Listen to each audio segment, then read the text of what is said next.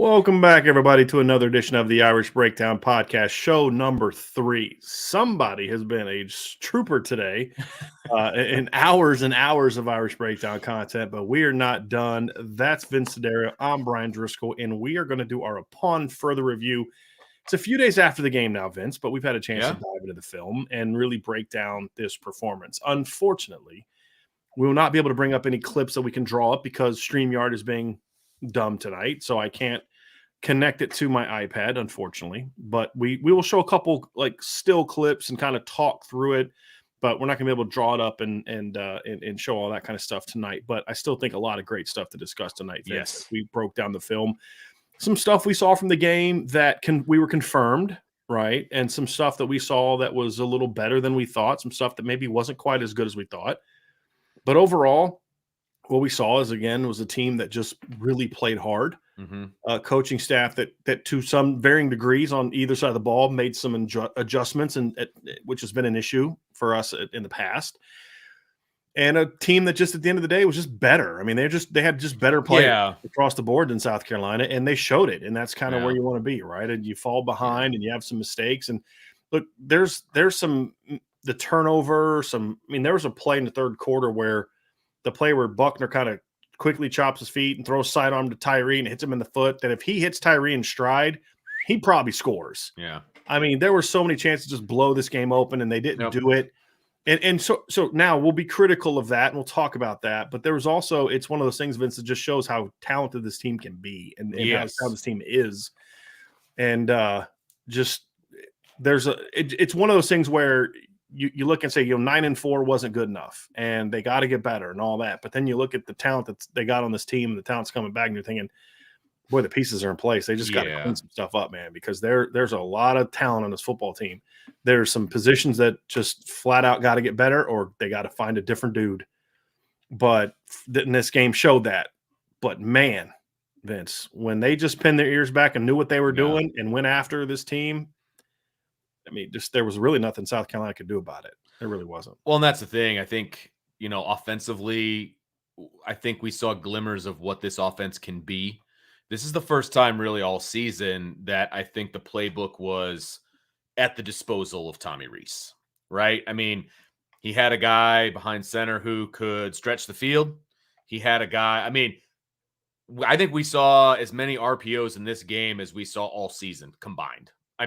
To be honest with you, there were so many, and I think it was even more as I went back and watched. It was like, oh my gosh, that was an RPO. That was an RPO. It was like Oprah just handing out RPOs. You get an RPO, you get an RPO, and the decision making of Tyler Buckner was really good in the RPO game. He was pulling when he should have been pulling. He was throwing when he should have been throwing. Even that bomb to Braden Lindsey was an RPO. I don't know. It wasn't. It was a play action. No, it was a play action. They sold they sold it really well. It was a play action. All right. Yeah. Because I actually had a conversation with somebody about that earlier. Fair enough. It was a play action. So, but to your point, Vince. But because of the RPO game, that allowed that to happen. The play action game was so much more effective in this game because a lot of that stuff was RPOs, Vince, to your point. They had a lot of RPO throws in this game. Yes. And one of the things we talked about in last week's break. So let's dive into the offense, right? Let's just dive into it, right? One of the things we talked about last week is they've got to find a way to attack the perimeter without throwing a bunch of hitches and quick outs to the outside guys, which is what South Carolina defends really well. And they did that, and they did it a lot of different ways. They did it with Chris Tyree. They did it with Jaden Thomas. They did it with Logan Diggs. And it was really well-designed stuff. And that was the thing that to me stood out is they used motions so effectively in this game. And even like little things. So like, for example, the play that Logan Diggs scored the 75-yard touchdown on.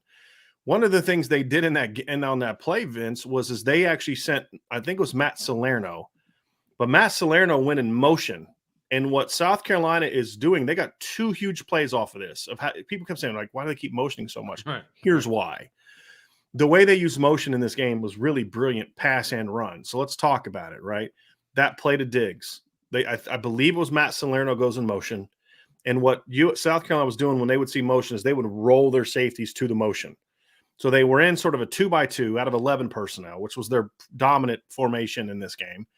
And so South Carolina had a safety over top of Salerno to the right, who was the slot. They had a kind of their rover sort of splitting the difference, and then a corner. When they motioned him across, they rolled that backside safety down, and that safety over top of Salerno came up, and then that linebacker, that rover, tucked inside. Well, then they saw kind of like an action left, which kind of took them there, and then Tyler Buckner boots out, and he hits Diggs out there, and there's nobody on the flats. It was the pre-snap movement and design that got Logan Diggs wide open. Right. And then, of course, Braden Lindsey runs a stutter go. He's got that guy way off the field. That guy makes a bad decision, and Logan gets outside of him. But just the play design was going to get you 25 yards. And then one mistake, and this is why it was so important to get in space. It takes one mistake from a defensive player in space to turn a 25-yard gain into a 75-yard touchdown. Right. And that's why it's so important, especially the athletes that Notre Dame has. You look at the touchdown pass finish with the perimeter stuff. We saw it with the run game. We saw them using movement to get guys going where they were running inside zone with basically counter action backside to the quarterback. So they were running inside zone read. And so the offensive line's blocking inside zone. And then they're bringing Jaden Thomas and Mitchell Evans around on counter action for Tyler Buckner on a keep. And then off of that, they would also then do bootlegs, Vince. And so it's like 1 minute you think that they're going to run a bootleg, but instead they're getting two blockers out in front of Tyler Buckner. The next minute you think that they're running counter. And so you're thinking you're staying in. And next thing you know, Jaden Thomas just keeps running right past you to the perimeter for a flat route. That's what I said in my game observation. It's like Tom Rees was just constantly one step ahead of their coaches. And then we saw at the run game, we saw we saw some old school, Vince. We saw toss crack in this game. Yeah. Right? Like we saw toss crack. When was the last time you saw a team run toss crack out of a pro style attack, right? Yeah. Like we saw it back in the 90s all the time. Can you explain toss crack? Toss crack is basically, because we've said pin and pull. We weren't talking about pin and pull, right? And so basically what they were doing is they would take Matt Salerno, who blocked his butt off in this game, by the way. He is a really good interior blocker. Right. So they did is he blocked down, and then they would have the tight end block down, and then so that's the pin and pull. They would pin down with the tight end and then pull Blake Fisher out, and then just turn around and toss the ball to Audric Esme. He got like a 7 or 8 yard gain on that. We saw a stretch, so there's a lot of different ways they got to the perimeter. We saw them get to the perimeter of Tyler Buckner on some stuff where they were running like that duo or inside zone reads, because I saw them do it off a duo as well, where they brought two guys backside. And then on one of those plays, it was really well designed. They lined up in a bunch trips right. So they got to it without a pre-snap motion. So they got to where they needed to get to, where they had been using motion, but in this instance they didn't. So they lined up in like a trips right bunch. So that means all three guys were like right there off the tackle. Close. Yeah. And what South Carolina did is South Carolina condensed their alignment. And so then Notre Dame runs an inside zone. I think it was inside zone. Let me look up the call sheet here, Vince. That ended up working out really well, by the way. Did it? Well, yeah, it was an inside zone read. So they ran inside zone, and this was the play in the. It was the drive that started at the end of the first quarter and went into the second quarter. So it was the play. It was the 21-yard gain that Buckner had that got him down into the red zone, and it came right after he hit that crazy throw to Jaden Thomas, which we'll get to here in a little bit. But they lined up in that trips look. And so they ran inside zone. So they were already bunched, and they kind of went with that inside zone action. And then they brought the tight end and the Z back across. And so they both logged. They both got outside leverage, and Buckner got the easiest 21 yards of his career. Mm-hmm. And I thought, man, this is just great usage of post-snap movement. And like doing all this stuff pre and post-snap, it's like South Carolina early on was able to kind of have some success because they were just kind of running duo. But it's like they were softening them up to think duo, and then they just started coming out the back door with it. It's almost like they ran the duo stuff early to set them up for what was coming later. And then, of course, once South Carolina was like, okay, we're not sure what's coming on, that's when the inside zone, the duo, the counter tray, all that stuff started really hitting them up the middle. But it was that attacking the perimeter that worked. You talk about another way that the motion worked. Go look at the touchdown pass to Braden Lindsey. So Notre Dame, it was 20 personnel, Vince. 20. Let me make sure of that. I think it was 20 personnel. It was 21 personnel. 2 backs in the game. Tight end, and then Braden Lindsey was in the game. And they had Chris Tyree in the slot to the right where Braden Lindsey was. They motioned Chris Tyree across. And so what that caused them to do is that caused them to kind of rotate their safeties again. And so then when Chris Tyree went on a swing, That safety then came back down on Tyree, and Lindsey just ran right by him. Right over the and top. ran over top of him. And it was just kind of like you used Chris Tyree as a decoy to get that safety to bite down, because here's what you know as Notre Dame. You know that if Braden Lindsey gets a step over the top of the defense, no one's catching him. Correct. And I just thought it was a great play design. And here's the thing I want to show just how crazy this throw was by Tyler Buckner. Okay, so this is the moment Tyler Buckner releases the football. Do y'all see that? Mm-hmm. This ball gets caught way out here. It gets caught on like the 8-yard line-ish, right? Wasn't it? It's out past the numbers. Right. So if you look at where Buckner is, he's already thrown the ball. Yeah. Braden Lindsey's at the 25, just inside the far hash. And he throws this ball outside the numbers. But see, two things. This is what happens when you have speed, but this is what happens when you anticipate. He knew where Braden Lindsey was supposed to get to. Correct. And so he just threw that sucker up and let Braden run underneath it. And this is kind of what we've been talking about all year, Vince, is like, this is what we've been missing from this offense, is having a quarterback that doesn't need to see a guy open. That's a throw Ian Book, with all due respect to Ian Book, never would have attempted in his million years, because he never had the anticipation ability to just, hey, get that, because he knew where the safeties were. There was no safety help. It was either Braden Lindsey was going to catch it or nobody was going to catch it. Correct. But just the execution was great, but it was the pre-snap movement out of 21 personnel, because they learned early that when Chris Tyree moved, South Carolina reacted a lot.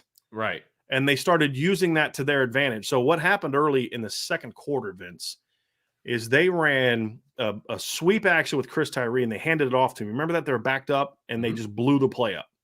Yes. And even though Notre Dame had a counter action off of that, counter tray off of that, they ran with the sweep.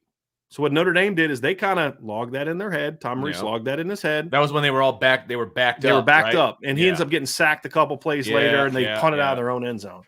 So later in the game, they get into a very similar situation.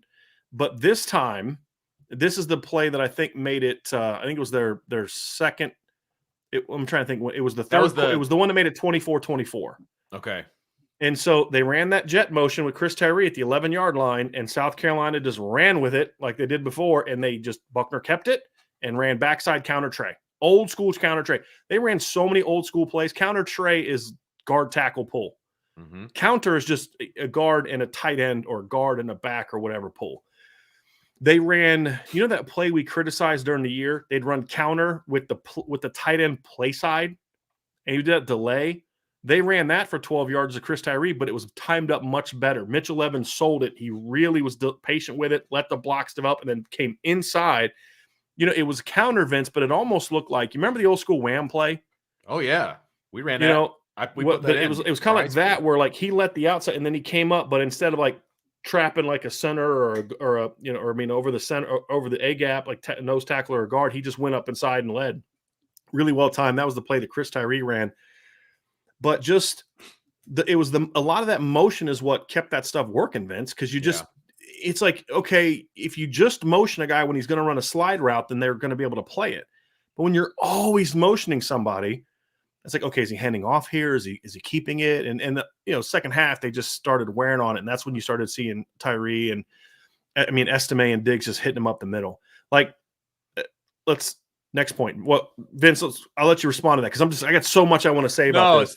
You're absolutely right. And go with that. The motion that they were doing. There was movement on almost every single play, which is fantastic, because it had South Carolina just absolutely guessing defensively as to what Notre Dame was going to do on offense. And you talk about sometimes they would motion into that slide. Sometimes, the 75-yard touchdown by Logan Diggs, he was in the backfield when the play started, and then backside. He does a little play action on the backside, and then just ends up on the slide right there for a 5-yard pass that turned into a 75-yard run, right? So they had different ways, and we all know that that's one of their favorite, concepts, right? Is that little slide route underneath. Right. And there were times where they missed it because it was either a bad throw or too hard of a throw or a drop or whatever, but they kept coming back to it because it is something that Notre Dame actually does very, very well. And it's a very simple concept to gain good yards. At the worst of it, if you complete it, it's a 5-yard gain. Right. That's great. When you're a run first team, that's fantastic. 5 yards, you take it, right? But then there's also those opportunities where if one guy's not doing his job, it turns into a 75-yard touchdown, right? So I really liked it, to be honest with you. I think we are seeing, I mentioned the fact that I think Tommy Rees was able to use his entire playbook today. I think that's accurate, number one. Number two, I also think that we saw a maturation process of Tommy Rees throughout the whole season where he was one step ahead of South Carolina the entire time. Sure. I mean, he was running things to set up other things, and we've seen that, but not to this extent, in my opinion. Well, I don't want to get too big picture on it just yet. I'll just say this. I'm not ready to go there yet because I actually think he was that way against Oklahoma State last year in the bowl game. He just didn't have the ability to run the football. And it wasn't, okay.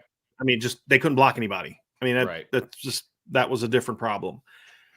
And the reason I want to hold off on that is because it's great that you're that way for the bowl game. We talked about that before the bowl game. I said, look, go back to Iowa State game. He was money in that game. He called a really good game against Alabama. The better off he is. Right. Now I need to find out that he can do that when you've got a week to prepare. And at times he has, and at times he hasn't. But, you wonder if we'll get into that. That's more of an offseason conversation. But for this game, I thought he was excellent. Yeah. And one of the things that I was happy to see is something we've been begging for all year, which is a more diverse run game. So I just wrote down some of the run concepts we saw in this game, Vince. We saw duo where they brought the Y and the Z from the backside to block because normally they would run 12 personnel and they would have that because duo is a play that you run to the tight end side. Inside zone is a play you run away from the tight end. The tight end's your backside edge and inside zone. And duo, the tight end usually is a play side run. Correct, Vince? I mean, that's especially how Notre Dame has done it. And one of the things Notre Dame would do is they would have a tight end play side and then they'd bring the backside tight end around. Well, they didn't feel comfortable running that look this game. So we didn't see as much duo in this game. We still saw it clearly. And it was probably the most used run, that or inside zone, but it was close. So what they were doing was they were bringing a tight end and a Z from the backside. We saw that. We saw inside zone, like a pure inside zone with the backside block either by the tight end. We saw split zone. A split zone is essentially the same as inside zone. You're just blocking the backside from the front side. So, if you run inside zone to the right, you're going to have just pure inside zone. You're going to have the tight end to the left blocking. He's got to seal the backside edge. Split zone is essentially you're running the same play, but you start the tight end on the play side, and then he works back at the snap and seals the backside edge that way. That was the touchdown run to Logan Diggs. That was split zone. We saw inside zone read. We saw where Buckner would keep. We saw that with the counter, like the action where they would bring two guys outside with him. We saw them run counter. Saw them run counter tray to the quarterback. We saw them run the old school kick out play that was the first Buckner touchdown where they basically call it, there was a cover zero check. Mm-hmm. So what happened is they line up, they see that it's cover zero, Buckner makes the check, and essentially they just block down, and Buckner fakes the pitch action to the right, SC overreacts to it, and then they just kick out that backside edge and Buckner splits it. Touchdown. Easy touchdown. Yeah. Really well-designed play. It really Second year in a row that he's had a great cover zero check early in the game, Tom Rees. Remember last year they had their first cover zero check was they did that little leak out to Chris Tyree for the 50-yard touchdown. So just what they're going to do cover zero. You've got to have a play that you've worked on that you're ready to gash them with, and they showed form on that play. SC showed cover zero a lot. Yes, on film, especially in the red zone. Yeah. We saw counter tray, as I said. We saw quarterback draw. We saw normal counter. We saw a stretch play, which outside zone stretch. That was the play. We saw it a couple times, but it was also the play that Audric Estime busted for 26 yards right before the pick six in the fourth quarter. We saw that. We saw toss crack. I mean, we saw so much run differential. Like the counter tray was a play designed to go outside. The stretch was meant to go outside. A lot of the quarterback reads where Buckner was pulling were designed to break outside. The ability to run outside and have effectiveness outside is what then softened up the inside stuff later. And that's what we've been saying for all year. You want to know, why couldn't they, run the ball against USC? Because they had nothing if duo wasn't working. Right. and they had nothing to go to because they didn't have a quarterback that could do the things that Tyler Buchner could do in this game as a runner or a thrower. Because it's one thing to do it with a runner, and like they did with Buchner, but the other part of it is, Vince, is if you have a quarterback that can really get the ball outside with the throwing game, then you don't need him to be a runner. And they didn't have either one of those things. And I mean no disrespect to Drew Pine, but that's just the reality. Right. And so, you're able to do those things because they weren't running the ball very well early. I think they have like 70 yards rushing the first half. No, and we'll get into this obviously with the play of the offensive line and the way kind of things were trending in the first half. I agree with you. It wasn't great. I mean, the run game wasn't great, but they kept at it. They didn't abandon it. They kept going after it. They kept, doing what you need to do. And then into the second half was kind of a different story. Offensive line wise. So, well, I actually, the offensive line didn't play great in the first half, but I think they played better than I thought coming out. I really thought a lot of it was what we thought USC was going to do. It's just too many. It was twists and slants and hard A gap run stunts, which we knew they were going to do. That's the other thing, because you had to. They wanted Tyler Buchner to throw the ball. Correct.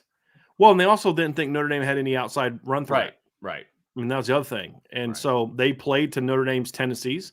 What was another Notre Dame tendency we saw this year, Vince? It was Notre Dame was out of 12 personnel as a heavy running team. Well, what they do in this game, when they went 12 personnel, they threw it almost every time. Yeah. Right. Which, it's just kind of like, well, that's a tendency breaker. So I thought that part was good. The one play call that, the people that are Tommy Rees haters or whatever are going to focus on is the play call in the red zone. And, that's just it was a bad call. I'd be willing to bet you $1,000 that if you asked Tommy Rees, he'd say it was a bad call. Sure. But he just got greedy. He just got to the point where he's like, man, I'll bet you he just kind of thought like you had a chance to kind of go out there and make a play. But Notre Dame had 54 yards rushing in the first half. 54, ran for over 200 in the second half. And a lot of that first half running was Tyler Buchner. So you saw in the second half, the backs took over. Why? Because Tyler Buchner was having success running the ball in the first half. Right. Because he was getting the ball out to Jaden Thomas in the first half. Because the Logan Diggs play went for 75 yards. Because go watch that play. How does he get that open? Because everybody was worried about the box. Correct. And that's why we said it was so important to get the ball outside on that. And even, I watched that play multiple times, right? And number one, they were in man, right? And so they had a linebacker on Logan Diggs. Now, that's normal that you have a linebacker on a running back. But when you're doing what Notre Dame was doing, the linebacker took a false step inside because he bit on the little bit of play action that Notre Dame had on that play. So as soon as he takes that false step, Logan Diggs has all the space that he's going to need running away from a linebacker, right? So I think they had an A-gap fire on that play too, Vince, if I remember correctly. They had what now? I'm sorry. I think they had an A-gap fire on that play too. They might have been from the other linebacker. Which they did a ton in that game. Yeah, which would make sense. I'm talking about from the inside backer. Oh, gotcha. Not the he was rover. Running against 58 or something was the number of You're the talking linebacker about the overhang. To cover him. And it was. You're talking about the overhang. Right, the outside linebacker, he was the guy was outside the box. He wasn't outside the box. He was like over the tackle or the guard. I mean, he was inside. I'm looking up the play now. Yeah, you're talking about the long pass to Diggs, to Logan Diggs, the right? Touchdown. I'm gonna pull it up real quick. Yeah. Yep. But anyway, keep going.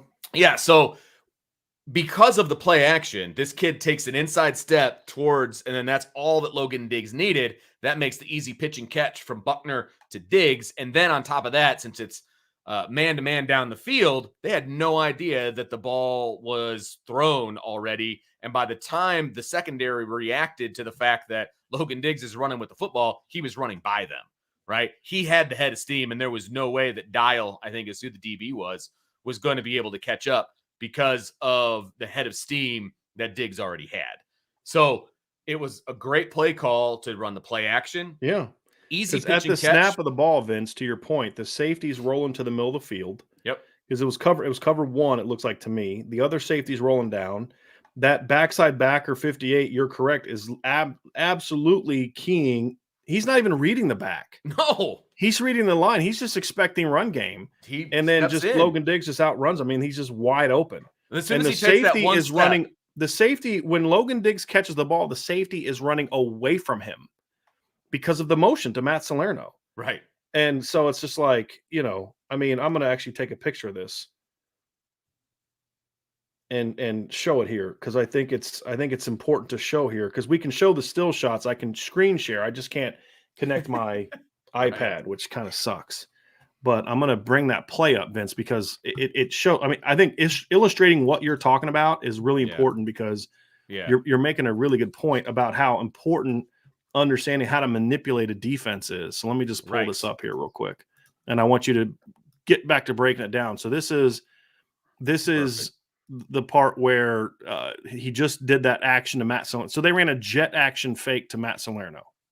So yes, so the linebacker that's right on the hash is the one that's responsible for Logan Diggs. Now, he's already taking a step towards the flat to try to cut off Logan Diggs. He's taken a step already inside, and as soon as he took that step inside, based on the motion by Matt Salerno, it was over as far as Logan Diggs. That guy doesn't run like Logan Diggs can run. No, I'm sorry. And look at the safety. Look at the safety as Logan Diggs gets to the flats. The safety literally has his back to that side of the field. The guy that is in between the hash. He's the only South Carolina defender between the hashes right now, and he's headed in the wrong direction for the way this play is going to go. Right. And so because we had the false step by the linebacker, Logan Diggs has a step on him automatically. That play, now of course you still have to pitch it and catch it, granted. But he's already open, and he hasn't even gotten out of the backfield because he's going to be able to outrun a guy with a 50 number on his chest. I mean, He just is. That's a matchup win for Notre Dame on top of the fact that he took a step in the wrong direction, a false step, right? So at the very least, this is going to be a 10, 15, 20-yard game. Right. It's a 25-yard game by the sheer design of the play. Correct. And that's where a corner or a safety can make a play on them. But Braden Lindsey had the guy so far off, and then that guy was keying Braden, and then Braden went to block him, and the guy stepped inside. So then Braden turns back to peel because the guy took himself out of the play, and Logan just outran everybody. Right. And, I'm pretty sure South Carolina's players are kind of like, wait a minute, we were told this team didn't have speed. They kept running by us the whole game. The whole game. Their 230-pound guy was getting to the third level of defense. You know what I mean? The whole game. It was it was fun to watch, Vince, because that's kind of the frustrating thing with Coach Reese, and that's why I will be frustrated with him at times, but also defend him at times because when he does this, like what we saw this game, what we saw against Clemson, what we saw against Oklahoma State last year, what we saw against North Carolina this year, like when he's on, I mean, you have no chance of stopping this offense, no matter who the quarterback is. Right. I agree. And that's the thing that you kind of look at and say, boy, I wish that we could see that more often. Yeah. That's the thing is you just wish you could see a little bit more of that. Notre Dame has the tools. They have the guys, and obviously there's more guys coming, not having speed, not having those offensive resources. It's just not an excuse. It's not an excuse anymore. Right. But that's, again, in this game, you saw him at his best. I mean, just like there's another play that I love just about using you use certain plays to set up others, or you use your success of certain plays to then take advantage of other things. So what did they have success with early in the pass game? They're hitting the slides and they're hitting the overs. Right. And Tyler Buckner had that overthrow to Jaden Thomas, which I'm gonna pull this up because this is still beautiful. I still don't get this. I don't know how he completes this ball. I'm gonna pull this up from the talking about the third down. Oh my gosh. So I just want to pull this play up, Vince. This is the play to Jaden Thomas. How does he get this ball off? He's literally getting pushed down right now. He's getting hit in the face right now. Yes. He's got the ball out, and he throws this thing way out over here.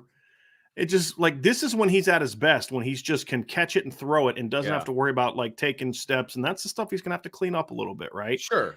Because he, and we'll get into his performance specifically, but so this was off the over concept from Jaden Thomas. We'd had another couple plays like that. We saw them hit some of the slides. And so they had that play in the second half that was on the touchdown that made it 24-24. The play, so they ran an inside zone to Audric Estime. He cuts back 19-yard gain. That first big run of the second half was third quarter was an inside zone cutback, which is why I've always said, if you can counter duo and inside zone together, you can't stop this run game. How many times have we said that during the year? And he did a great job of that on Saturday, what Coach Reese did. And the offensive line blocked it really well. So they had that run, and the very next play, they had Jaden Thomas and Tobias Merriweather into the boundary. And they showed that action again, that play action, kind of that boot outside action. And Jaden Thomas starts kind of, I call it an arrow corner, but they kind of sold like the over route. Right. And then South Carolina bid on it, and then he planted and went out to the corner, and he was wide open. Buckner just pretty ball. Just drives it was a great ball. It was a 25-yard gain. And then they scored 2 plays later. Yeah. And so they ran duo the next play for 12 yards, and then that's when they ran that counter tray off the sweep action on the very next play with Chris Tyree to Buckner for a touchdown. And it's just like, wow, that was a masterful series. But that worked because you had been hitting so much. They had run a lot of overs. Some they threw, some they didn't. They hit a lot of overs early. South Carolina was looking to then jump those overs, and so they come back with that. It's a great counter, but it's countering before they stop you. That's what great play calling is. I was going to say great play caller. I'm not trying to say that. He did a great job play calling in this game. Yeah. He's a great play caller, can do this consistently, right? And that's where Coach Reese has to get to. But when he's on his game, he can do great play calling, and we saw that Saturday. And this was an example, because a great play caller doesn't wait for you to stop what's working before I use something to set something else up. Right. It's sometimes it's because they stop it. And why did they stop it? And that's what happened on the touchdown run. They ran that counter tray action with the sweep action. They handed off on the sweep, and they blew it up. Saying, okay, I got that in my back pocket. We need a play. We're going to go back to that. But don't wait for them to stop your over concepts before you go to this play. Don't wait for them to react and make adjustments to Chris Tyree's action before you hit that Braden Lindsey post route for a touchdown. And those are the things I like to see, Vince. And even the last touchdown was the same thing. Yeah. They were overplaying. When Tyler Buckner had bootleg, they overplayed the heck out of it. And that's why Logan Diggs was, because what had just worked that previous series, or the 2 previous plays before that, what got the third down conversion? It was another boot slide route to Chris Tyree that got open. They hit that 6 or 7 times in this game. And every time they hit a 75-yard touchdown on the slide. Logan Diggs or Jaden Thomas converted a third down on a slide route. Chris Tyree had just converted a third down on a slide route. So what did they do? They showed that slide action with Tyler Buckner booting out. And so South Carolina said, got to play it. And he actually was open. He could have maybe fit that slide route out there and maybe scored on that play as well. But instead, he throws it back and he's wide open. You know it's going to be there. It was really just, like I said, South Carolina was always one step behind Notre Dame from a play design and play calling standpoint.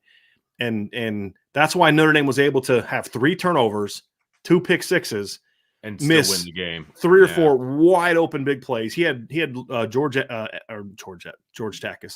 He had Mitchell Evans early in the game on a. Do you remember that verts concept? He ended up throwing it to the throwing it away to the left, not throwing it away. Due to Deion Cozy to the left, he looks at the safety, and the safety is flat-footed. And Mitchell Evans is running a seam route right down that side. He's looking right at him, and then he goes away to Deion Cozy on a go route. If he just sees that and sees this guy's flat-footed and just throws that ball right over the top, Mitchell Evans runs underneath it, and it's a touchdown. Yeah. Right? There was the wheel to Chris Tyree that he underthrew. If he hits Chris Tyree in stride, I'm telling you, Vince, he either outruns the defense or he's got to make one guy miss, and it's a big play. At the very least, it's a 35-yard gain. Right. They were 3 just misses away from being a 640, 650-yard offensive game in the 50s in points. Sure. I mean, it was that dynamic, and the patience with the run game, Vince, was a big thing for me. They knew that South Carolina was going to try to shut down the run game. And so they came out early and they had answers for it. Ran a bootleg on the first play of the game. That's another play that Tyler missed. That third down call to Jaden Thomas, or the third down play to Jaden Thomas that he missed him on. I mean, he's wide open. He's wide open. They just ran a post out is really all they did. I'm actually going to pull that one up because, talk about just missed opportunities, Vince. It's like, even some of the stuff that didn't work was there. This is the first third down of the game. And here it is. Look how open Jaden Thomas is on this play. Buckner just misses him. He's wide open. He's wide open. He just misses him wide. He's down here. He's down here.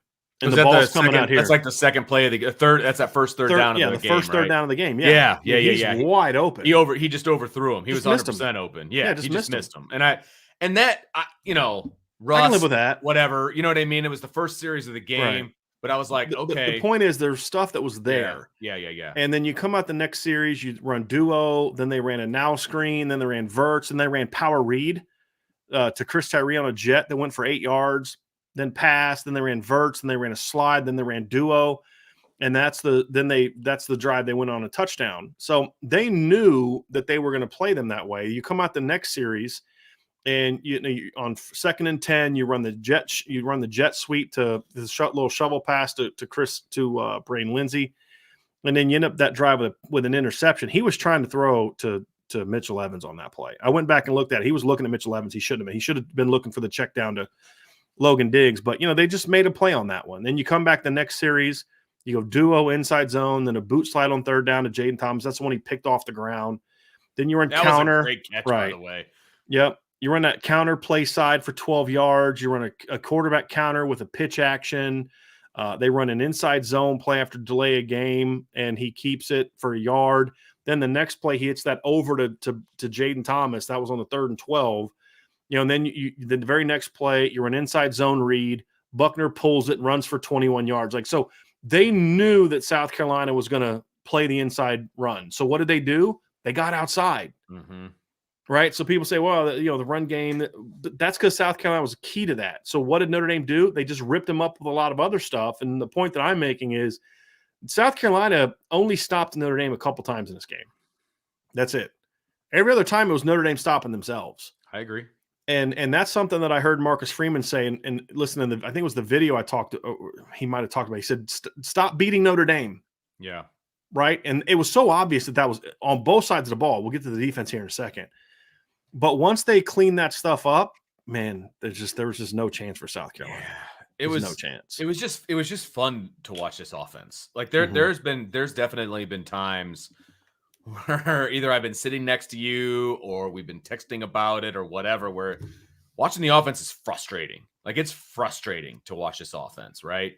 This for me, and especially watching it back, because we and little peek behind the curtain, we were doing something a little bit different with how we were charting the game and doing some stuff. So I didn't see as much of the actual game as I wanted to, like some of the lead up, some of the motion, some of that kind of stuff. So rewatching, I was like, oh, okay.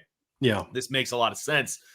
It was fun to watch. Yeah. It was creative. And frustrating at times too. Oh yeah, I get that. Totally. But this offense to me it was more fun to watch than it's been in a long time. And I don't know. You could just tell that there was more available to Tommy, whether that was a conscious decision or what.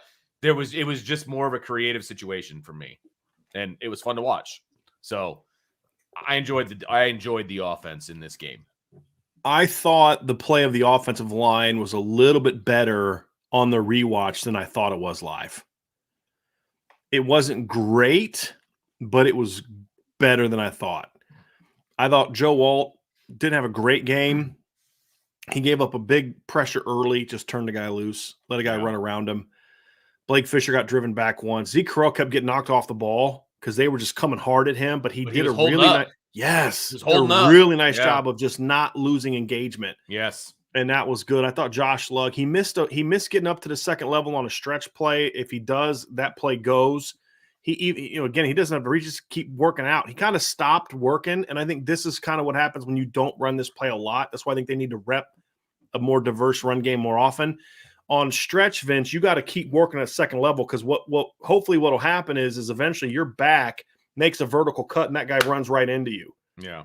And he just stopped and he looked back instead of continuing to work to that. So he had that miss, but I thought, Blake Fisher I think Blake was not prepared for the size and physicality of the South Carolina edge players early, because he just doesn't face guys that are that big that move like those guys do. Jordan Burch and that number 91 were dudes. in this game, Vince. Yeah. But once Blake got comfortable with that, he was much better and ended up playing really well as the game wore on. He had some really good blocks in that game. Yeah. Him and Josh Law got a couple really dominant blocks in that game. And so you expect that from a young guy playing a team that's going to throw a lot of different stuff at you. I thought the young tackles needed some time to adjust to that, the speed of that. They haven't faced a good defensive line in a while. Let's be honest. SC doesn't have one. BC didn't have one. Navy didn't have one.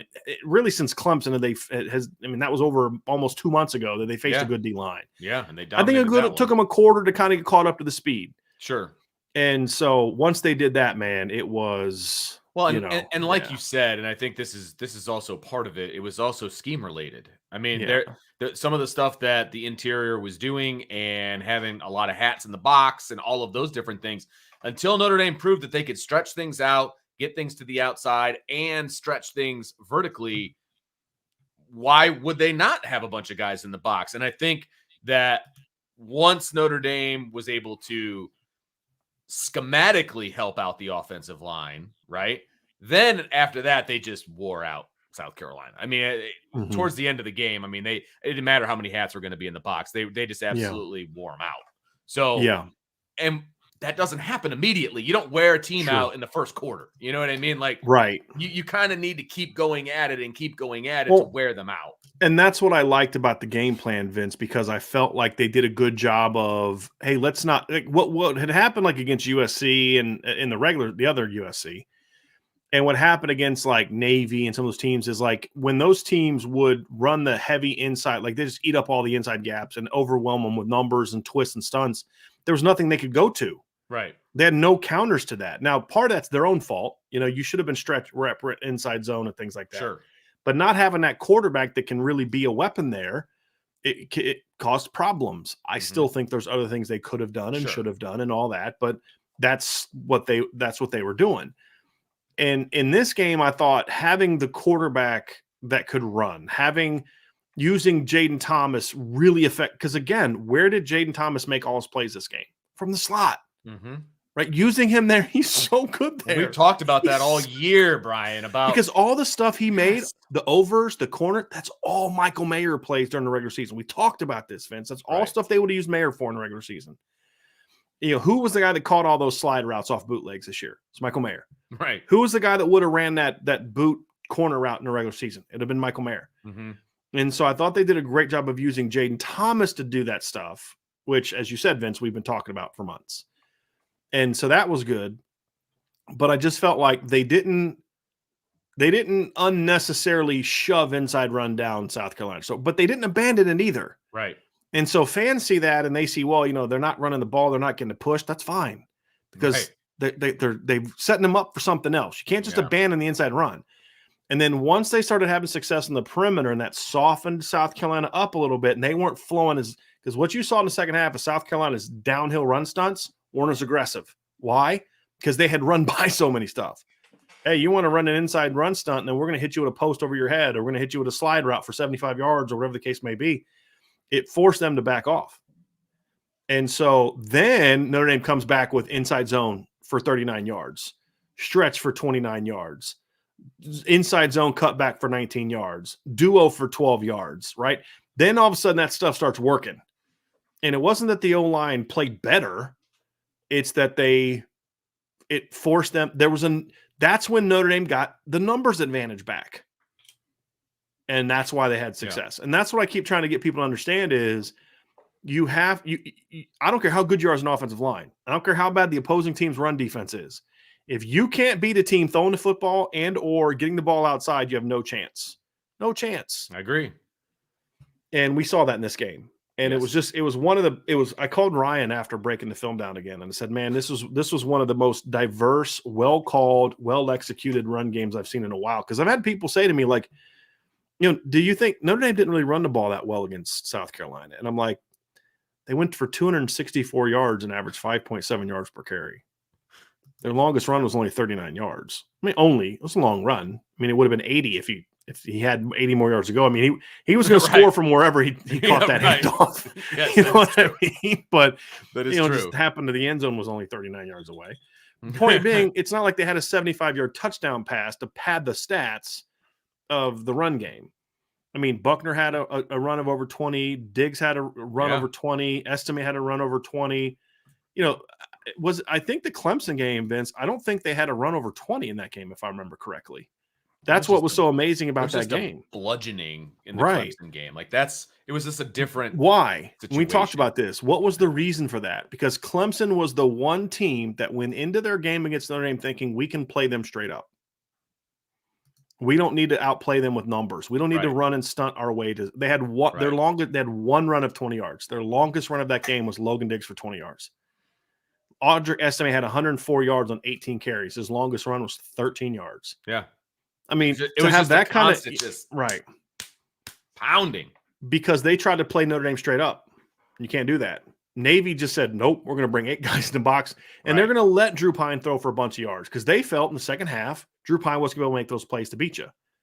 So USC did the same thing, and lo and behold, Drew wasn't able to make those plays in the second half. Against USC, wasn't able to make those plays, when you need him to make those plays. Tyler was. Now, Tyler made the mistakes. He's got to clean that stuff up. Sure, absolutely. And somebody asked a question, Vince, that I wanted to pull up. Toe Jam said, does the Gator Bowl team beat Ohio State?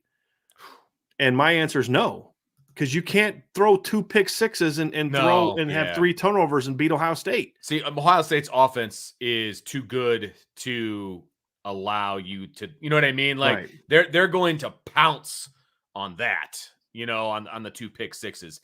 I was never nervous about South Carolina's offense doing anything to Notre Dame. I just their actual offense didn't do a whole lot of damage to Notre Dame. Yeah, there's stuff, and we're going to talk about the defense. There's stuff that was disturbing at times and things like that, but it was more what the Notre Dame defense was doing, not what the South Carolina offense was doing to them. Like I was never nervous about South Carolina's offense doing anything. But Ohio State's a different conversation. Right. Like they would have been like, 14 free points. Awesome. Let's put up a few more. Right. They would have rolled. And that's the thing. That's what's got to get better. Yes. Right. It's those mistakes that have to get better. Right. Even the play call that we hated, the interception. Right. With more experience, Tyler hopefully doesn't see that. Or, sees that and doesn't throw that. Throw it, yeah. And just throw it away. And you actually saw him say that to Marcus Freeman. Last night was the first time I'd watched the TV copy of the game. You can see where he says to him, he goes like this, I should have thrown it over the top.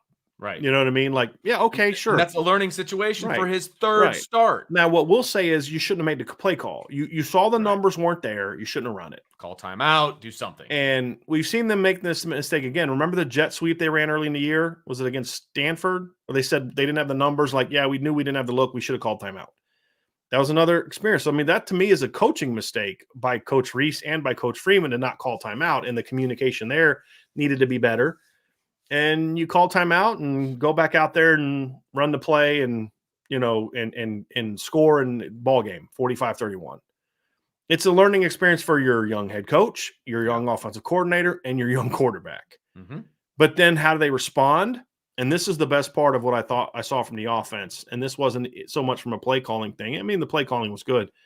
But it was more so, Vince, for me, from just a player mentality standpoint. They came out that very next series after letting South Carolina run the ball. And what do?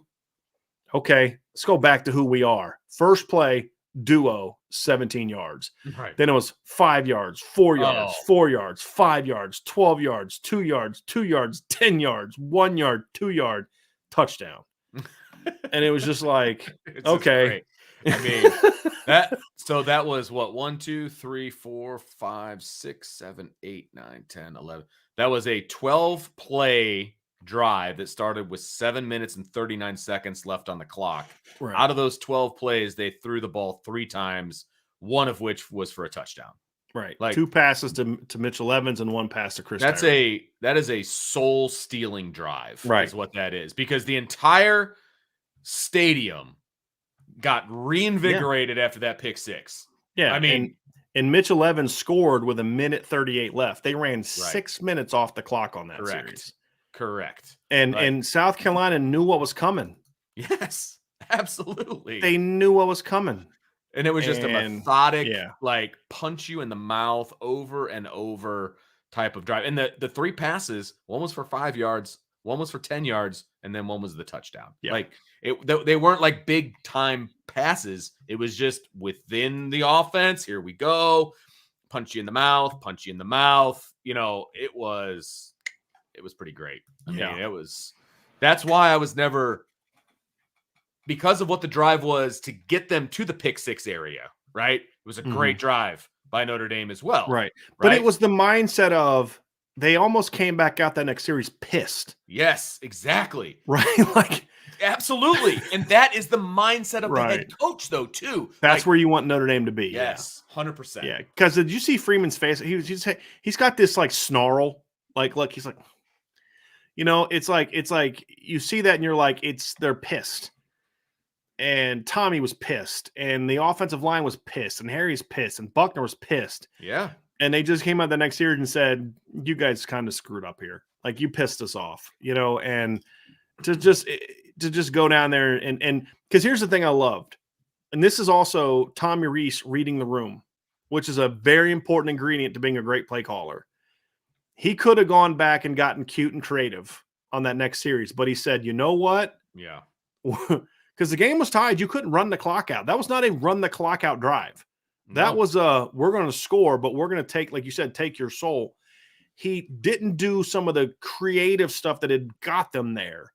He went back to the heart and soul of this team, which is still, when the game is on the line, what is the best part of your football team? Your line and your backs. And he rode them. Yep. And to me, that's an underrated aspect of this game. We didn't see him. Now, we did on like the 2 third down calls were real creative. But the stuff to get there, it was kind of getting back to he felt like, okay, my guys they're leaning on South Carolina. That's why we should have run the ball there instead of throwing that play. So I'm going to go back to that, and we're leaning on him, and we're pushing him around. Let's do that. And then, of course, it worked out beautifully because they scored, but then took 6 minutes, over 6 minutes off the clock. 6 minutes and a second. Do so. Like that was great. I mean, that was a great, that might have been one of the best drives of the game because of everything that was the pressure of that drive, the situation, all of it. It was like, that was the best drive of the game. Because Notre Dame went to who they are, what they're good at, and they executed it all the way down the field. Right. Best drive of the game. No doubt about it. And there's a conversation about SEC speed going on. All I know is I just watched an SEC team that beat Tennessee by 30-something, was clearly not the fastest team on the field that day. I'm just going to say, like, we hear that all the time from SEC fans. Right? Oh, they don't have the speed. They don't have the speed of Alabama. All right, that's about it. I mean, I'm sorry. We've seen them. They had no problems with the speed of LSU twice. They had no problems with the speed of Georgia twice. They had no problems with the speed of Vanderbilt, South Carolina. Like, let's just chill out with some of that stuff. All right. So, but that's what's all offense, Vince. Let's move over to the defense. Everything we just said about the offense, polar opposite on defense. The offense looks so well prepared for this game. Like, it's one thing for Tommy Rees to have a lot of stuff in the game plan. That's fine. Anybody can have a lot of stuff in their game plan. Right. What I liked, Vince, was what the players were prepared to execute it for the most part. I mean, there's some misses here and there, but they were like technical. Buckner rushing his feet, not setting his feet, not going. I mean, the play he threw to Deion Colsey, first of all, he should have thrown the slide or the under to Mitchell Evans, first of all. Second of all, he had Deion Colsey open. He just rushed his feet and short-armed it and threw it into the ground. That's a technical mistake. Mentally, he knew where to go with the football. I thought the players were clearly prepared on offense to go out there and execute against South Carolina. The lack of execution at times was clearly player mistakes for the most part. The coaching error was, we said, is the last interception, but up to that, it was just misses. Jaden Thomas is open, Tyler's just got to hit him, that kind of stuff. Defensively, Vince, I'm gonna let you run with this. And I talked to Ryan about this too, because I'm like, am I seeing something? They didn't know what they were doing on offense. The run fits were terrible in the first half. They were looking to the sideline, trying to figure out what's going on when the ball's getting snapped.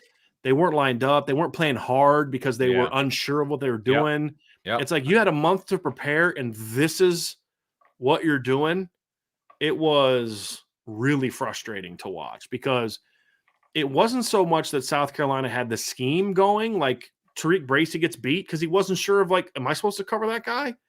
Right. There's so much of that, Vince. And if it wasn't for a couple South Carolina, like the fumble, I wasn't Tariq Bracy didn't force that out. Like, I just dropped it. He just dropped it. So they caught some breaks early with South Carolina's offense, missing some plays. But I mean, they were woefully unprepared defensively in the first half, Vince. I agree. Woefully unprepared. There were multitude of times where they weren't even lined up when the play would start. I mean, they weren't even lined up. They were all standing around at time. You know, they were not prepared, it felt like, to play defense on numerous occasions in the first half. There were communication issues in the secondary, no doubt about it. There were just, it looked like a team who was unsure of themselves playing. Okay. Some of that maybe had to do with the fact that they subbed a little bit more than they normally do. Maybe they had to do with the fact they had too much in. Maybe. All I know is by the time they got to the second half and it was very clear that they simplified things, then they just started to be able to play some defense. And they were flying to the football. They were gain tackling. They were not hesitating when they were not hesitating what they think they saw. They were just flying. And it was a difference of two halves for me defensively. It absolutely was a difference of two halves. It was very clear they did, like, I thought they made adjustments. They made a couple adjustments coverage wise. They made a couple adjustments with some of their third down stuff, which we'll get into here in a second. But it was really just about simplifying. Just line up and play hard and run the ball. Play. And so it was really frustrating. Like they had some great South Carolina. First of all, I got to give South Carolina some credit. They had some great third down play calls. The delay screen on that first third down that went for the big play, the shovel pass on third down, underneath to the tight end. Great play call. What is that? That was a great play call. I'm sorry. Yeah, and it wasn't a wide shovel. It was a gap shovel. Yes. Which it was like a move. Yeah. Everybody over and then whoop. Like, yeah, it was impressive. It was a really good play call. I thought that was impressive, Vince. And second half, it was just kind of like line up and play and let your dudes be dudes, which is like, why do we have to keep having this conversation? Because that's been true all year. Right. And that's the frustrating thing for me. And it was very much for me a situation of, and we talked about this a little bit, they were doing a lot of different things in the first half offensively to Notre Dame and the defense to try to mess with them and get them where they didn't want to be. There was just a lot of cutesy stuff. There was a lot of really good play calls, but some of those, you can't call those plays twice. You know what I mean? And they worked, but they were really good. But my issue with the defense, Vince, was, and you're correct. You said this during the game. You're like, they're pulling out all the tricks in their their bag, right? And here's my problem. Notre Dame offensively, with Tom Maurice and Chancey Stuckey and Harry Heastan and Jared Parker and Dylan McCullough, that staff knew who they were. Yeah. They knew how South Carolina was going to defend them, and they had answers before they got stopped, right? Defensively, they're a heavy blitz team on third down.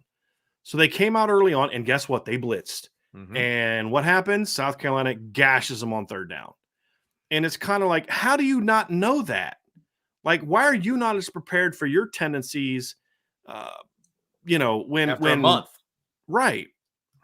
And so it's just one of those things where you just kept trying to be who you are instead of saying it's been a month. You got to have some stuff. You got to know who you are.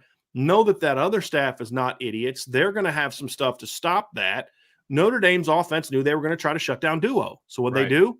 They took advantage of that and had some chunk plays early in the throwing game and the passing game and things like that, because I would argue that a lot of those little slide routes are extensions of the run game. I mean, you could argue they had over 400 yards passing or rushing if you want to count those, because you had that little 75.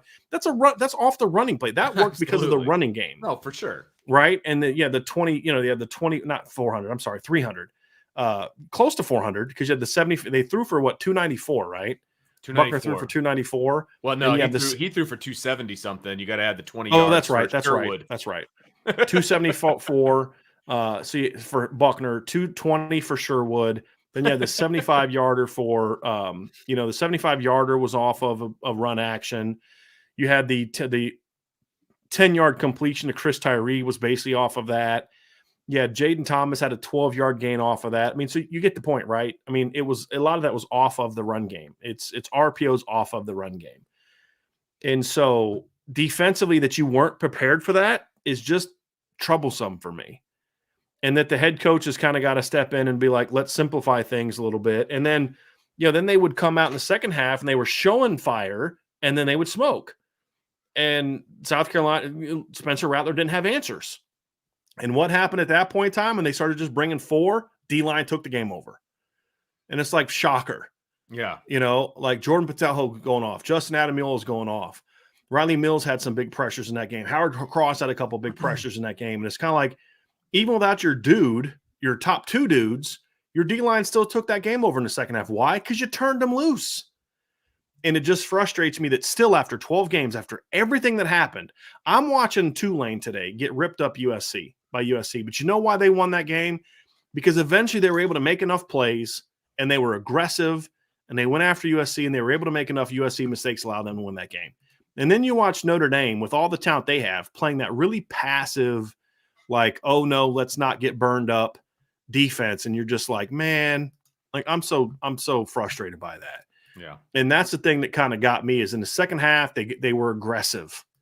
They were, let's attack down. The safeties were getting downhill. Simple. The D-line was attacking. The linebackers were flowing to the football.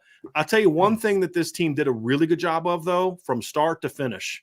They were very well prepared for those perimeter. They gave up the 1 touchdown early, which was just a bad angle by DJ Brown. And Benjamin Morrison did not do a good job getting off that block. But outside of that 1 11-yard touchdown pass, their ability to blow up the perimeter passes was a big part of what forced South Carolina to go more vertically, which is what allowed the pass rush to eventually take over. That is one thing I'll give this defensive staff credit for, and then give the execution credit for, is they did a really good job taking away the RPOs, the now screens, the slides and stuff like that. Like even on one play where a guy got dropped, I think he got dropped because he heard Xavier Watts coming. Which play I'm talking about? It's like a 3rd down play and Spencer threw a little low. Spencer missed the guy. Was it the little swing to it was just a little slide. number like 84? It was number thought it was number 10. Was that a different one? Okay. I must be thinking of a different Spencer ended up whiffing, but the guy kind of couldn't make the play. But I think Spencer saw Xavier, not the receiver, but Spencer Rattler saw him. Oh, okay. Gotcha. I said the receiver, but I was talking like he saw Xavier Watts flying. He knew he was going to blow him up. And so then you started seeing but it wasn't like, let's show everyone how smart we are. It's just like, let's go let them play. And they weren't perfect. Clarence had the mistake. I thought it was cover 1. I just think what happened was, you tell me if you agree with this, Vince. On the play, Clarence gets caught looking back for the football, and he didn't. You can't look for the football if you don't have a hand on the receiver. Like, what makes Benjamin Morrison so effective looking back for the ball is because he's got his elbow into the receiver, and then he can look for the ball because he knows where the receiver is by touch. And then he makes a play on it. Yeah. Right. Clarence didn't have the touch of the receiver. The guy was over top of him. He needed to play through the receiver on that play. And even if the guy caught it, shove him out of bounds before he can come down in bounds. Right. And so that was just Clarence making a mistake. I don't put that on the coaching staff. Clarence he knows better. He's got to make a play there. He just, is trying to find the ball. He's got to do a better job there. But then after that, they tried to go at Clarence again, and he was good. He had him locked down. So, you had some of those kind of mistakes, and those have got to get better, right, Vince? And no doubt, those are the parts of the game that you have to look at and like and feel like, hey, if they can get better here. But that's the frustrating thing is you're still 13 games in, and Tommy Rees did a lot of the thing. Like if you go back and look at our keys to the game from that game, a lot of stuff we talked about is exactly what they did. Now, I'm not saying they did it because of us. No, that's right. Clearly not what I'm saying. No. So, because some people take certain things the wrong way. I mean, what I I'm saying copies is of the podcast to them. I'm sure they were listening. But it's just about knowing who you are, right? Like one of the things, key number 2, be who you are. Mm-hmm. Well, what does that mean? Well, it's not who you were, but who you are now. Yeah. And they played to their strengths of this team. Like Tommy did a really nice job of playing to the strengths of this team, not the one from the regular season, but he also knew that they were going to play to what they were. And so we talked about mixing up the run game was key number 3. They did a great job of that. Mm-hmm. Great job of that. Key number 4, attack the perimeter, take some shots. They did both of those things. Yep. And then key number 5 was stay on schedule, move the chains, because eventually the point was, and this is what I said. I want to see if I wrote it in here. Let's see here. South Carolina is prone to making big mistakes on defense, which is why it tends to give up a lot of big plays. Notre Dame needs to stay on schedule in order to create more play opportunities, which then increases the chances they hit big plays, right? And they need to avoid a lot of second and longs. They avoided that all game long, with one exception, right? And so what happened on the Diggs 75-yard touchdown? One guy took a bad angle of the ball. One guy. What happened on the touchdown of Braden Lindsey? One little mistake here, and boom, it's gone. The play to Logan Diggs. One guy takes a wrong fit to Logan Diggs, and it's out the gate because A, Notre Dame has really good players, right? And B, because this is what South Carolina has been prone to do. Correct. And so by staying on schedule and running a lot of plays, Notre Dame was able to then create more of those opportunities where eventually, as they wore them down a little bit more and more and more and more and more, now all of a sudden, Vince, you're able to hit those plays and you're able to beat them. Yeah. And I think this is one of Notre Dame's highest play outputs of the season, I believe. I'm actually going to look this up. This was definitely, I thought, one of their top 2 or 3 total play games. Let's see here. They had 80 plays. It was the top. So number 2, 85 against North Carolina. This was their number 2 80-plus output of the season. And it was the, let's see, 1, 2, 3, 4th time this year that they were over 200 yards rushing and over 200 yards passing. And it was the 2nd time this year they were over 250 in each area, right? Because, again, eventually the big plays came. But it was that chipping away early, Vince, that led to that. Defensively, it was just, you go back to the defense, and it was just one of those frustrating things because, your offense didn't help you, right, early. Pick 6 and all that. Yeah, right. But you knew that everybody's like, boy, the tempo is really hurting South. How did you not know that was coming? Right. That's my thing. Like, how did you not know that they were going to come out and go tempo early in the game? How did you not know that? How are you not prepared for that? Why are you still trying to get a million play calls in and your players are looking on the sideline as the ball's about to get snapped? Right. That's that's a management problem. That's a coaching problem. That's a game plan problem. Yeah. 100% agree with that. Yes. Yeah. No doubt. And that needs to change. I mean, right. Look, Al Golden hasn't been in the college game for a long time. Okay, fine. But he's still 13 games in. Right. He should know the key. He should know his personnel by now and what they're capable of and what they can do and where they are at their best. Right. I think an offseason will be very beneficial to this defensive staff. I really do. Mm-hmm. And it's going to be very interesting to see because they have so much talent, in my opinion, on the defensive side of the ball and so much athletic ability that if you just let those guys go out and play, just let them play. Don't let them overthink it. This isn't the NFL. You don't have to have NFL concepts. This is still college, right? Let these guys go out and play. And if you can do that, this defense can take a big step in the right direction. This was still a pretty good defense. They were a top 35-ish defense this year. I'm ready for them to take that next step. They have the talent to take that next step, but they need to be coached up properly to be able to go out and play that way. And it's definitely possible. Vince, defensively, it just needs to be – I'm all for creativity defensively. I am not a believer that you just line up and you run the same stuff over and over again. Nobody can do that. It's just they need to be able to find that happy medium between having enough stuff to keep the offense on its heels and being so complicated that your players can't execute, right? And that's the thing is like some of the stuff they were asking Jalen Smith to do early was like, why are you asking him to do that? Like he's the guy that gave up that big early play action screen. Why were you asking him to play that? Right? It didn't make any sense. So those are the things that I want to see next time. Absolutely. Yeah. Those are things I want to see. So defensively, Vince, let's talk about some of the players that we saw on defense. Yeah. We talk about the scheme. So player wise, I mean, and people in the chat have said it, right? I thought that Jordan Botelho had a great game. Can I say something real quick? I want you to talk about this. Takeaways, pass rushing. I don't want to hear him talk about pass rushing.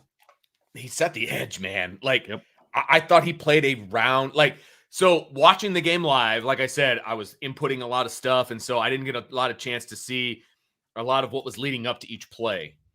And I saw a lot of what happened during the play. And so when he obviously had a good pass rush, it stood out, things like that. But when you go back and you watch the game, he played a solid football game. He was setting the edge. He was taking on double teams at times, which allowed other guys to be single covered or single blocked. He played his best game. No doubt about it. Now, his snaps went up because of Isaiah Foskey opting out of this game. So clearly his snaps were up. So this is the most snaps he had, but this is also the best game that he's played the entire season. He's always shown the ability to show. The reason I said that, I was setting you up because of what you said to me before the show. Mm-hmm. We've always known that Jordan Patel can rush the passer when he's mentally locked in. What this game showed, to your point, Vince, is I didn't even think his pass rushing was that great in this game. He had 2 sacks, but like one of them, he beat a running back. And it was a bit of a covered sack. Mm-hmm. Why I felt Jordan Patel was so good is what he did in the run game. He had that early read, and he's never been a super disciplined player. But like the early tackle for loss, It was considered a sack, but I didn't consider it a sack. I considered it a tackle for loss, where they were running a read and Spencer Rattler kept it, and Jordan just stayed on him and just took him down. And you're like, that's a disciplined play. Yes. We haven't seen him make those disciplined plays in the past. Correct.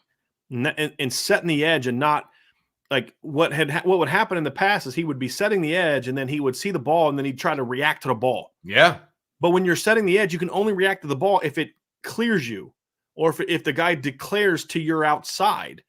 And so then he would react and then he'd get sealed and then the bounce would go outside of him. He didn't do that. He stayed disciplined. He stayed patient. And he was holding guys up, and he was doing, I mean, he played, like I said, he played his most complete football game up to this point. There's no doubt about it. And you had mentioned this before. It's never been about his talent level. We always knew that he was talented. We always knew that he was gifted physically. We always knew that he could do it. He hasn't always shown the best discipline on the field, and he hasn't shown all the best discipline off the field. If he can put those things together, and he showed the discipline on the field in this game, and it's about maturity. These are still kids. Right. It is what it is, right? But if he can put all that together, he could be a really good football player for Notre Dame. And we saw glimpses of that on Friday, and it was really fun to watch. Yeah. I thought Riley Mills played well in the game. I thought Justin Ademiyola had a really nice close to the game. I thought J.D. Bertrand had 2 fit mistakes, I felt, in the game. But other than that, I thought he played a pretty solid football game. He came downhill, I thought. I thought he read and reacted to what South Carolina was trying to do in the run game. I thought he did a really good job of that. He had some sideline to sideline plays that he made. And talking about JD, and he played well for the vast majority of the game. There's no doubt about that. Yep.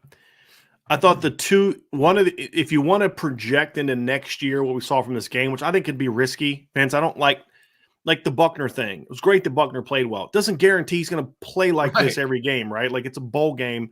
We need to make sure we're not making too many sweeping. How many times have we seen a team play in a bowl game and then the media spends a whole offseason hyping them up, put them in the top 10, and they go out there and get curb stomped like the whole next year, right? Right. So I don't want to put too much on that and get like too ahead of ourselves. But, I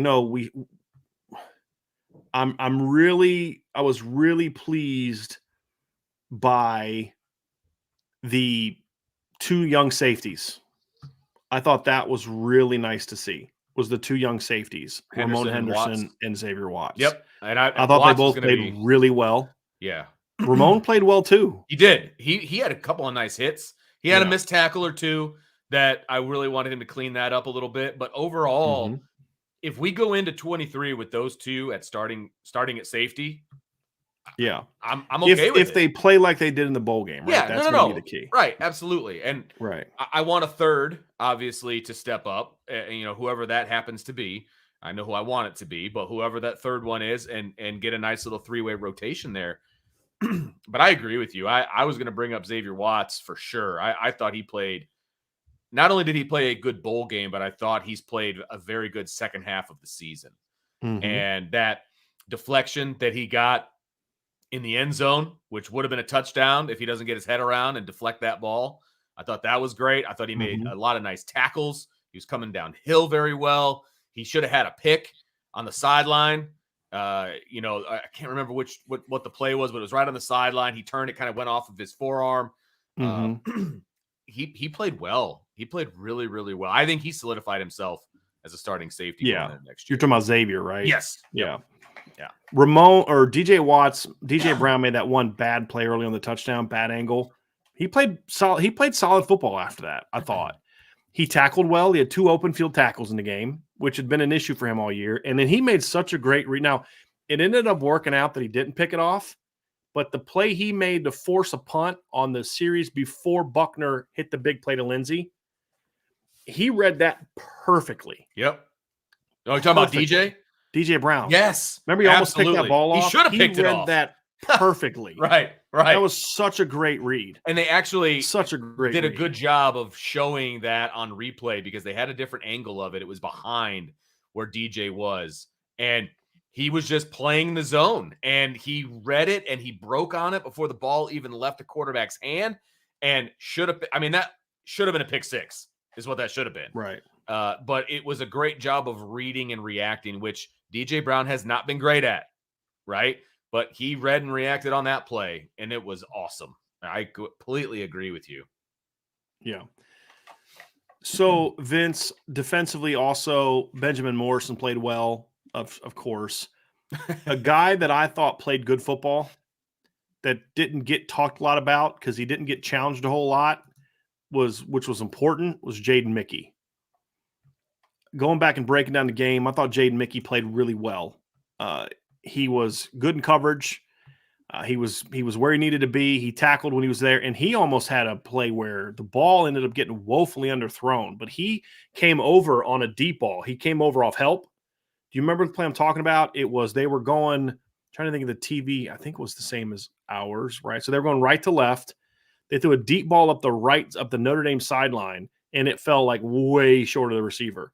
But if that ball travels the way it's supposed to, Jaden Mickey undercuts that for an interception. Do you know what the play I'm talking about? I think it was the third quarter. Okay. And I was like, wow. Like, okay. Well, that's the kind of play you expected to see from Jaden Mickey when Notre Dame got him. And right? he almost had another interception on the one that was tipped by the receiver. It was over the middle.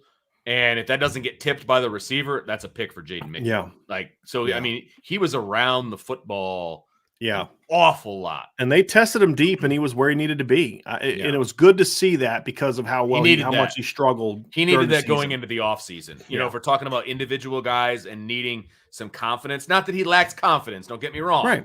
But he still needed that success. No matter how confident you are, you keep getting beat over and over again. You start thinking, like, am I really as good as I think I am? Because they need him next year. Yeah. They need him next year to take another step. Yeah. Tariq Bracy got beat early on that over route. He was pretty good after that. I'm trying to think of some others. Oh, I'll tell you a guy that I thought just really, really played great football in this game. And again, I thought the staff used him perfectly. It's Jack Kaiser. He was really good in this game, Vince, because again, they didn't expose him to a lot of having to cover in space a lot. Yeah. You know, they used him as a blitzer. He attacked off the edge. And I thought Jack was really good in this game. He was another guy that was really good. So there were some good individual performances. The problem was just the blown assignment, the big plays because of a guy not being in position, and they'd have a good series, get him on third down, and then give up an easy play. And you're like, what are you doing there? You know, right. It was that kind of stuff. You know, South Carolina would, they'd have them stopped, and then South Carolina would run some kind of tricky kind of play, and they weren't prepared for it. And I thought those are the things that got Notre Dame in some trouble in this game. And you clean that stuff up because you make it to where you're not always trying to outsmart the other team. How about you let your team out athlete the other team every now and then? Right. And it's okay. Right. Yeah. So no, absolutely. And overall the defensive effort by Notre Dame wasn't a bad one. It's not like they played terrible by any stretch of the imagination. I mean, statistically, they played pretty good. They played a terrible first quarter. Correct. But they gave up 154 yards in the first quarter. They only gave up 200 total the rest of the game. Right. That's it. Yes. And only 100 in the second half. Right. Yeah. So I thought that they did a very good job against the run. You know, I mean, if you look at their run totals, which I think is hilarious. So you got the first quarter, they had 25 yards rushing. Second quarter, 25 yards rushing. Right. Third quarter, 3 yards rushing. Fourth quarter, 12 yards rushing. You know, like against the run, I thought they did a really good job. And then you're right, total yards I mean, it's fantastic. I mean, they went from 154 to 98 to 68 to 32. I mean, just when you want your defense to step up and play well, that's exactly what Notre Dame did. Yes, there are a million different ways that Notre Dame can improve and be better. But if you look at this game as a whole from a statistical standpoint, the defense played a good game, not a great game. They played a good game overall. Yeah. They played over the course of the game, good game. Again, they gave up 38 points as a team. That's absolutely They gave up 38 true. points defensively. Now, you and I disagreed during the game about the fake field goal or fake punt or whatever it was. Right. My point was that's on the defense because it was defensive players on the field, but more so because it was the defense that allowed them to get in position to fake that play in the first place. Right. So, I don't fault them for the 2 pick sixes, right? I'm not an idiot. They gave up 24 points. Now, what we don't know is what if either of those drives, if Notre Dame had to punt, would have resulted in points. We don't know the answer to that. Sure. But the reality is they made stops and they needed to make stops. I mean, the offense, they gave up that one touchdown, 31-24. And South Carolina never really threatened again. Their only other points came on the pick six. I mean, they kept giving the offense the ball back. And that's what you want them to do. Absolutely. Absolutely. And you clean up the first quarter and it's a different ball game. Absolutely. And, look, South Carolina had good yards. Right? I thought early on they struggled to stop the run. It was frustrating, but they settled in after that. And again, they let the D-line loose. Nana setting the edge, Riley making plays, Howard Cross making plays, Justin Emiel making plays, Jordan Botelho making plays, Gabriel Rubio taking up space, right? I mean, they've got to still get a little bit better at the D-line tackling in space. There was that one play that should have been a big sack that Rattler ends up scrambling out of it. That should have been a 15-yard loss. There's some of that stuff that happens, but, I'm sorry, Gabriel Rubio in space against Spencer Rattler is not a matchup that a 295-pound kid anywhere is going to win a whole lot. Sure. But Chris Smith did a good job eating up space. So, I mean, I thought individually, the players did well. I just think there was a lot of breakdowns by a player or two, which has been the case all year, because of the complication of the defense. And that's kind of my issue. Sure. With it, to be honest with you. Absolutely. So anyway, Vince, I kind of feel like is there anything else you want to, anything else you kind of want to discuss? You know what I mean? No, I think we hit it all. I mean, like I said, very happy about the offense as far as the creativity, and it was fun to watch, and I really enjoyed watching it back. The defense once they settled in and things got back to normal. I know that sounds weird, but back to the way that they needed to play, they did a great job. And it leaves me with a very good taste in my mouth moving forward. I was really hoping that this game wasn't going to leave a sour taste in my mouth, win or lose. You know what I mean? And like I said, there's stuff that they can clean up, but I have a good taste in my mouth moving forward. There's excitement about the future. Was excitement about the present, obviously, but excitement about the future, where this team can go. There's still a million questions that need to be answered as we move forward, right? A million questions that need to be answered. But as we sit here right now on January 2nd, with that being the most recent game that we have to look at until Dublin, Ireland, I have a good taste in my mouth about where this team is and where they're headed. So I'm happy about that. It was a good game to watch back. There were a few games this year where, man, I didn't like watching that back. Like it was just like a recurring nightmare. This was a good game to watch back, and it was a fun game to break down. Yeah, absolutely. Good win. One of the comments we had was from Jim Haller and Vince, and he said, Brian and Vince, how much momentum does the bowl win really give them in the offseason in recruiting? I think it's a ton. I really do. I've said this before. I may be wrong, but I've been at least consistent with it. I think this stuff matters. I think Does it matter from the standpoint of you're now going to be a top 10 team because you won the bowl game? No, it has nothing to do with that, in my opinion. I think that's where we can make a mistake on the importance of bowl games. Because so-and-so, because Tulane beat USC, they should be a preseason. No, if they're a preseason top 10 team because you evaluate their roster and their schedule and all that other kind of stuff. That's why preseason rankings are a joke, but that's a different conversation. We've seen so much of that, right? I don't care about how this impacts their preseason ranking. I mean, Notre Dame was 8-5 and lost how many of their last? They lost to Stanford at the end of the year, then lost a bowl game to Florida State. That's what they did the year before they went to the national title game in 2012. Right. Yeah, good point. Right? So it doesn't have anything to do with that. But I do think it has, as I said, a lot to do with confidence, and especially when you're a younger team. And that's what they're going to be next year. As I said, that 8 sophomores. This is the other thing about the offensive game. How much better prepared the offense was than the defense. Here's the other part about that. Starting lineup for the defense was junior, senior, senior at defensive line, senior at linebacker, freshman corner, who was your best player, senior corner, 5th-year senior corner, junior corner, junior safety with a 5th-year senior, 2 5th-year senior safeties working in. And that group was the one that was unprepared to play the game. The group that was sophomore quarterback, sophomore running back, sophomore at all receiver spots, sophomore tight end, sophomore at both tackle spots was the better prepared, better coached team. Yeah. Come on. Yeah.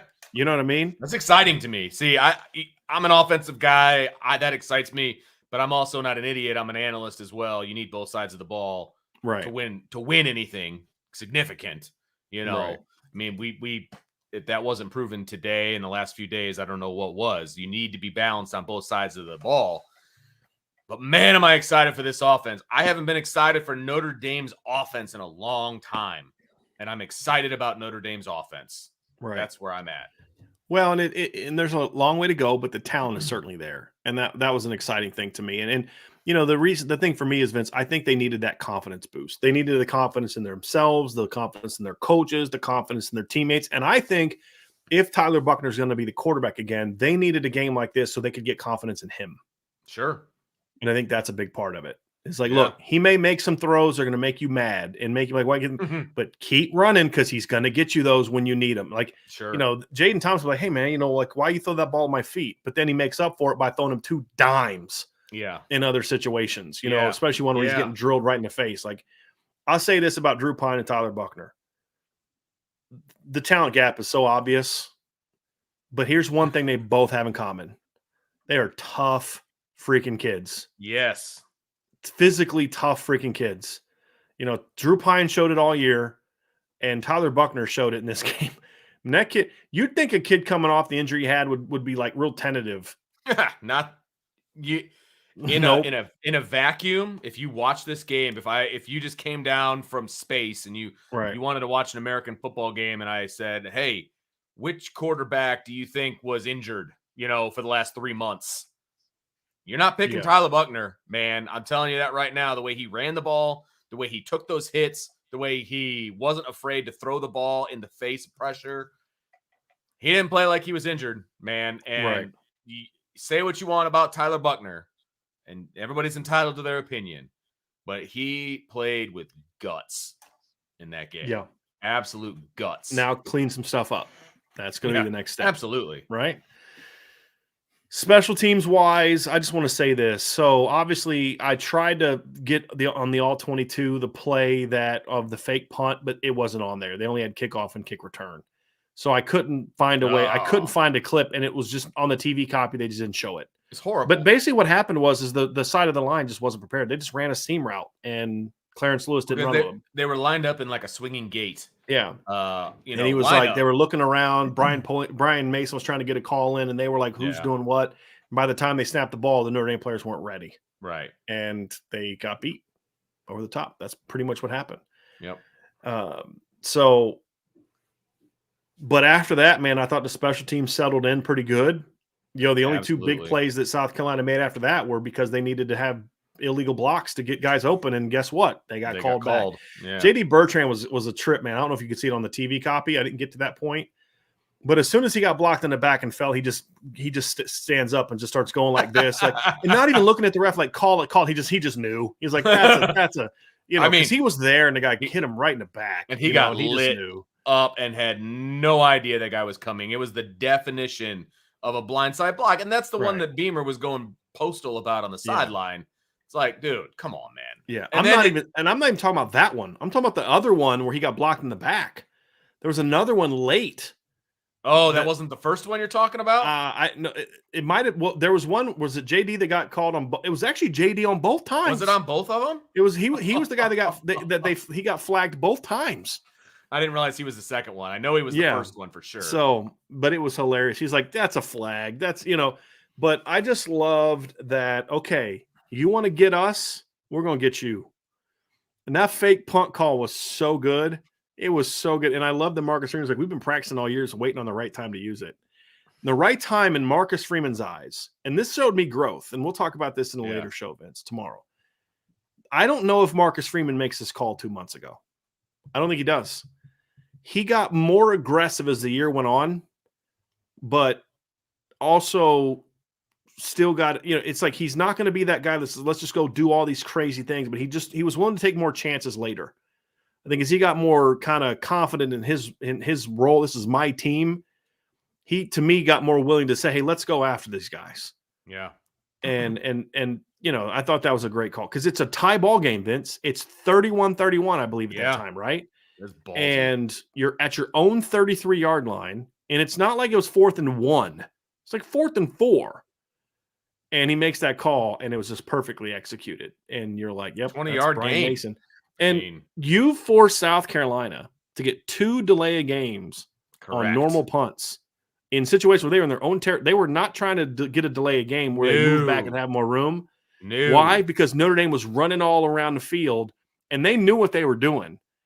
You could see that they were running, and then they would just quickly shift over, and they would start yelling at each. But you could tell they weren't really yelling at each other to like, oh shoot, we're adjusting. It was they were in South Carolina's head. Oh yeah, and South Carolina's like waiting on it. There's literally waiting on Notre Dame to stop moving, and Notre Dame never stopped moving. They got 2 delayed. It's just like they were so afraid of. First of all, they were afraid of getting a punt block because they'd watched film of Notre Dame blocking 7 punts. Right. And then Notre Dame also almost blocked 2. Jack Kaiser almost had one. And who was it Patelho that almost had one too? I'm trying to think. But Jack almost blocked one. Jack was off to the side. Yes. And then but there was another one as well. Yeah, no, he was like, he dove to the side so he wouldn't hit the punter, but he put his left arm out. Almost got it. Yeah. Almost got it. And that got in their head. Oh, yeah. And it just was like, how do you do that? It was awesome. And that just they were shows both you in the how, second half. I believe they were both in the second half. Yeah. So that tells you right there they were in their head. I mean, that was beautiful. And I mean, it's hard to say after South Carolina scores a touchdown on special teams, right? That Notre Dame outplayed them on special teams, but Notre Dame outplayed them on special teams. Mm-hmm. They did. Yeah. They did. After the touchdown. Right. Because they got that back to me with the fake punt. Yes. They negated that. Neutralized that part. So that part was neutralized, in my opinion. Right. And then they forced the 2 delay of games. And you had South Carolina with the 2 illegal blocks. Notre Dame won special teams. They won that side of the ball in this game. They did. Yep. Absolutely. Got a couple super chats, Vince, as we wrap this thing up. Got a few of them, so we'll get to those. We don't do a normal mailbag afterwards. It's just more of answering the super chats. We had a $10 super chat from SB. Thank you very, very, very much. Had a couple from Paul Olmstead here. He says, "Thank you for the super chat, Paul." He says, "Hey guys, Brian, I have been Reese's biggest critic, but I don't get the vitriol towards him here. I thought it was pretty good game plan overall, minus 1 or 2 plays." The 100-yard pick 6, and then he came back later and said with another super chat, "Thank you again. My last comment wasn't meant for you and Vince." I didn't think it was. No, yeah. Because you sent it when we were in the middle of like talking about how good the game plan was. So if you took that as vitriol, like, dude, I don't know. So no, we're good, Paul. I knew what you meant. I knew what was going on. Thanks for the super chat, man. Yes, but look, here's the deal with that, okay? The problem as I see it, Vince, is there are not enough people willing to be objective about Tommy Rees. And there's too much sort of, you've made your opinion on him. And that's fine to a degree, but Tommy Rees is a little different than like Jim Knowles or Al Golden. I guess Al Golden's a little different because he's been in the NFL so long. But like, you know, you look like think of like veteran coordinators and things like that. You know, it's just one of those things where I look at it and I say, you can evaluate this game for what it is without having to bring everything else back into it. Like there's a time and a place for that. There's a time and a place, like because Tommy Rees did a great job in this game, doesn't mean that you have to ignore everything that happened beforehand and say, great job, he's the greatest of all time. Right. But it also doesn't mean that you should use so that's what people say, well, just because he did this that's fair. But it also should mean that you ignore this game because you're still mad about a bad game you had in the past. And that's my thing is we need to be able to do two things. One is look at each game individually as a game, but then also say that like, this is still a guy that's like 30, 31 years old, who's still growing as a coach. Absolutely. You know, you want to see him continue to improve. Now he's got to start doing this more consistently. Nobody should deny that. And just because he did a great job in this bowl game doesn't mean we should just assume he's going to go out and rip it up next year. He's got to show us. There's a lot of show me with this. Oh yeah. But I also don't think that we should look at this and say, hey, look, I can't enjoy this game plan because I'm still mad that he called a bad game against whoever, right? That's my frustration. And I still think there's a small but very vocal part of the fan base that didn't like him as a quarterback, didn't think he should have been hired in the first place. They thought as a nepotism move from Brian Kelly. Sure. And no matter what Tommy Rees does, they're just never going to give him credit for it. That's just the fact. Yep. And I don't think that's many people and there are some in our chat that are that way. Like there's a couple guys in our chat that I don't care what Tyler Buckner does, they're never going to give him credit for it. Ever. They'll just take shots at him. We're talking about something completely not related to the offensive Tyler Buckner, and they're just going to take shots at him. Yeah. It is what it is. And then there's some people that won't ever criticize him. Like, I don't want us to be that way. Right. And that's my frustration with the way Tommy Rees has handled is there were times this year I crushed Tommy Rees this year. Crushed him. And then the next game, if he comes out and does a great job, I say, hey, he did a great job. Yep. Then what we say, now let me see it next week. And that's what great coaches need to do. Let me see it next week. Sure. So I want to see Coach Rees build on this. And there were some things he did in this game that to me, look, I'm 13 years older than Tom Rees. I've been around football obviously longer than he has because I'm older than he is. Now he's been around the game a long time as well, his dad and all that. But my point is like, as someone who's been around this a long time, you see some coaches, Vince, just kind of, they're so full of themselves, they never are willing to be open-minded and learn, ever. And they're stubborn. And we've seen times this year where in the past where Tommy seemed a bit stubborn. Mm-hmm. But we also saw an evolution of this offense as the year went on. And we definitely saw it in this game. There was no stubbornness in this game. This is what we've been begging you to do. We've been begging them to do more RPOs. I've never seen Notre Dame run more RPOs than they ran on Friday. No. Ever. No. And it was different kinds, right? It was mix up your run game. Stop being so duo-centric. Right. This looked like a college offense. Mm-hmm. Right. And that's the big thing. It's like it's always NFL. This was a college game plan. Yep. And why? Because he had a quarterback he felt could execute it. Now, does that mean Tommy Rees has arrived and he's the master, mind and he's this big, no, he's got to go do it against Navy and then he's got to do it against Tennessee State and then he's got to do it against Central Michigan and he's got to do it against Ohio State.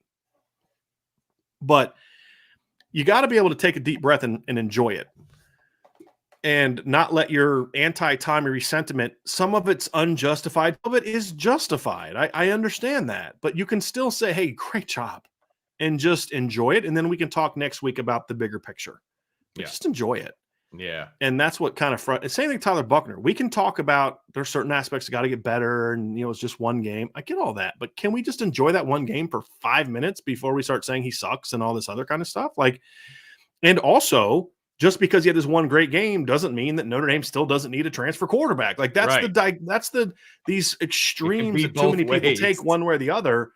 It's like, just can we just enjoy this, please, for 5 minutes before we go talk about these other things that are not enjoyable?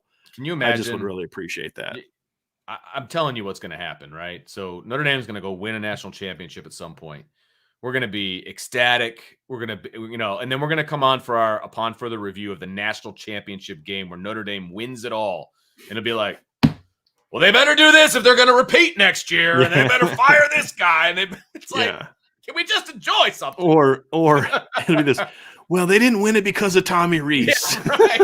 They run it in spite of him. Yeah, exactly. Sam Hartman or Tyler Buckner were out there calling their own plays. Right. It's obvious. Right. Marcus Freeman made him call that play. Telling you, you just wait. You just wait. We're joking about it now. We're joking because there's some truth to it. Oh my goodness. Tristan May says, but wait, Brian, according to Twitter Goon, Indy has a bad defense. LOL. So excited for the next year and the future. Go Irish. Thank you for that super chat, Tristan. There was some guy on Twitter that Tristan had made a comment in relation to something that I said on Twitter. And the guy was like, but Notre Dame has a bad defense. And Tristan was like, based on what? I was like, dude, some things are just not worth engaging on. Just some things are just so stupid, it's not worth it, not worth your time. And then Tristan also said, as another super chat, thank you, Tristan. And a side note, if we bring in Hartman, let him and Buckner have a true QB battle, not a BK QB battle. Best man starts. Well, my understanding is that's going to happen. Right. That Sam Hartman knows he's going to be the leader in the clubhouse, but he also knows he's got to outplay a kid that's got ability. I'll have a lot more to say about this when the decision is announced one way or the other, and we'll have a lot more to say about it. Lou Holtz Thunder and Blitz says, let's go with another freaking safety blitz. Shaking my head for 200, Alex. There was a couple plays. I'm trying to remember when it was. Oh man, there was a safety blitz, and I was like, "Oh God, please no!" And they ended up not beating them on it, but there just was a couple times you just brought those really late, deep safety blitzes, and you're just I remember dude, DJ Brown coming in on one, and he it wasn't first even of all straight. Like he's like, you just end it with, "I saw DJ Brown coming on one." Why? Why are you like? That's not putting DJ in position to be successful. Why are you're doing that because schematically you think it makes sense. You're not thinking about what's going on with your players. Right. And that kind of stuff just still drives me nuts. I agree. It still drives me absolutely nuts. And that's just, hey, I'm just a guy trying to. I'm just too smart for my own good. Yeah. Or I think I am, or whatever, however you want to phrase it. Right. I mean, that's what it is. Yeah. So, so thank you for that. And then Michael Graves with a super chat. That NC comment made me giggle. It's true. It's true. I guarantee if Loose Emoji was still with us, and boy, I miss that dude. But if he was still with us, he would be able to share stories with us about people that complained about the '88 title game because they didn't throw it enough, or they didn't do whatever. And there's always going to be that. And you know what? That passion is why we have jobs, man. I mean, it's why we do what we do, because there's people that are that passionate about the game. And not everybody has to think the same thing. All that we've ever asked, and we'll continue to ask, is that you just be open-minded. Now, I want you to have some conviction, because I don't want you to be so open-minded that you're constantly changing your opinion. No matter, but just be willing to say, hey, look, I didn't like the guy. He's doing a better job now. I didn't think Tommy Rees should have been hired. I've said that. I've said that to people in Notre Dame. At the time, I felt he was a year or two away from being ready for that job. But he got the job. And he's getting better. He's not where he needs to be yet, but he's getting better. And you can believe one thing, he shouldn't have got the job, and say, that's fine. You've made that evaluation. That's, I think, was proven to be somewhat true and accurate if you believe certain things. Okay, but move on. That's in the past. That's 3 years ago. Because he wasn't ready then doesn't mean he's not ready now. Right. Just because Tyler Buckner struggled in the first two starts of his entire career doesn't mean he's going to suck in every other game that he plays. Like, it just stop, right? Yeah. Like, that's what frustrates me. Now then there's coaches like Al Golden who kind of keeps doing the same thing over and over and over again. And you're like, okay, what are we doing here? That's the kind of thing. So you look at that stuff and you're like, man, that's just the way that some people are, man. And it's just, Yep. It's going to be, look, I can't wait for Notre Dame to win a national championship, and I will take all trolls at that point, and that'll be fine. Just bring it on. Absolutely. Bring it on. Absolutely. So anyway, Vince, that's going to do it for today's show. I want to thank everybody for being with us today. This is a lot of shows today.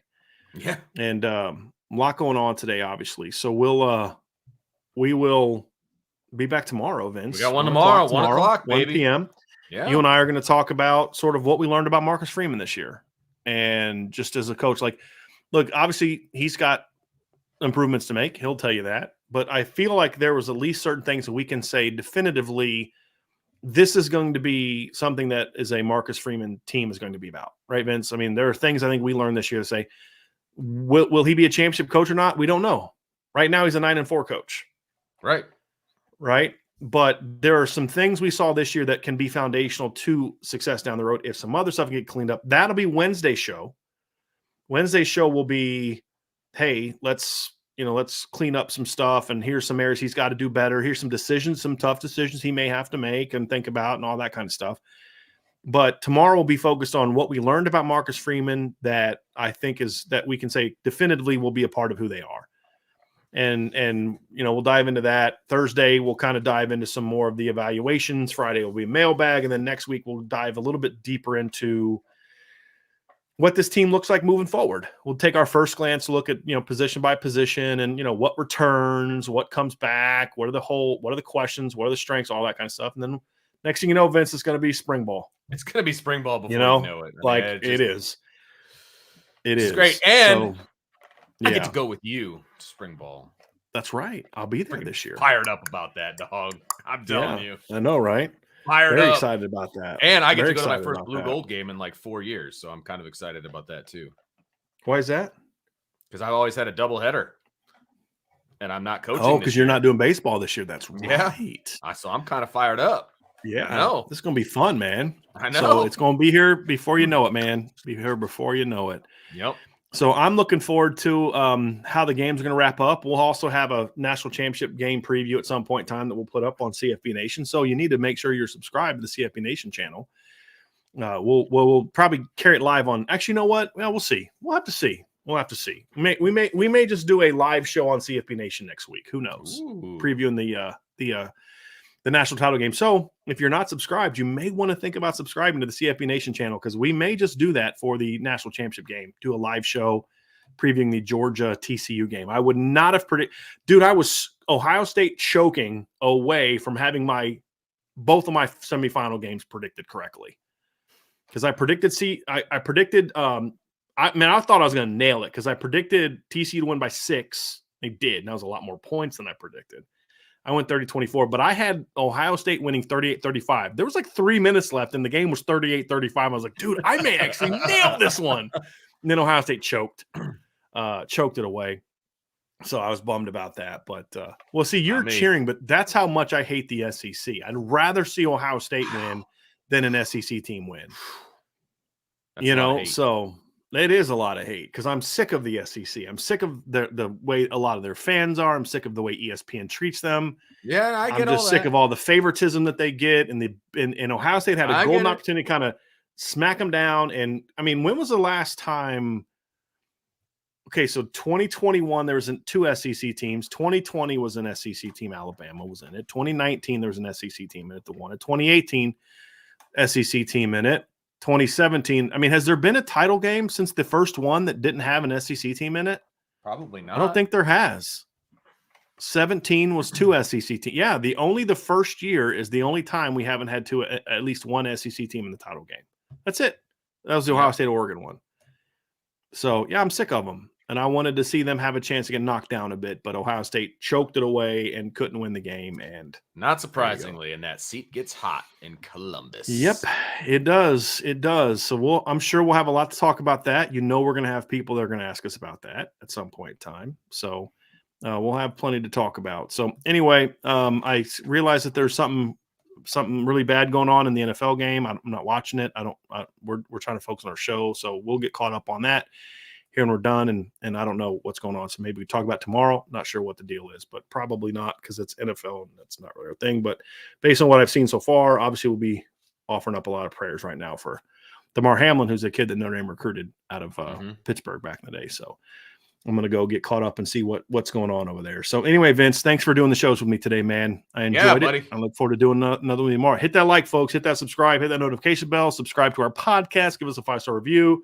Sign up in the message boards at boardsirishbreakdown.com. I'm in the process of designing a T-shirt that's going to be something that only goes to IB Gold Club members, because one of the new things that we're going to do is when someone signs up for the message board and joins the gold club as the booster club. One of the things they're going to get is a free IB t-shirt, but don't do it yet. If you're thinking about going gold club, don't do it yet because we're still designing the shirt. So yeah, that's what we're going to do. So that's what we're going to do.